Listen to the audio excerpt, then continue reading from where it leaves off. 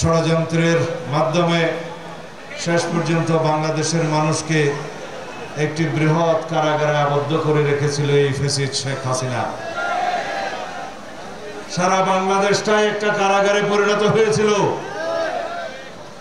বাংলাদেশের এই রাজনীতিহীনতার যে সংস্কৃতি গড়ে উঠেছিল তার মধ্যে গণতন্ত্রের ফুল বিকশিত হয়নি।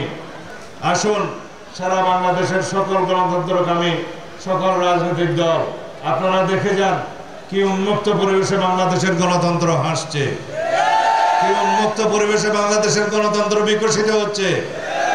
আমরা আলাপ আলোচনা করব, আমাদের মধ্যে ভিন্নমত থাকবে, কিন্তু আলাপ আলোচনার মধ্য দিয়ে আমরা গণতন্ত্রকে শক্তিশালী করব, গণতান্ত্রিক যাত্রাপথে আমরা হাঁটবো এবং গণতন্ত্রকে শক্তিশালী করার মধ্য দিয়ে এই দেশকে একটি সমৃদ্ধ দেশে পরিণত করব।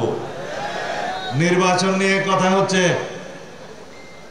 নির্বাচনের মৌসুম শুরু হয়ে গিয়েছে, নির্বাচনের সময়সীমা ঘোষণা হয়ে গেছে, নির্বাচনের তফসিল ডিসেম্বরের প্রথমার্ধে ঘোষিত হবে ইনশাআল্লাহ।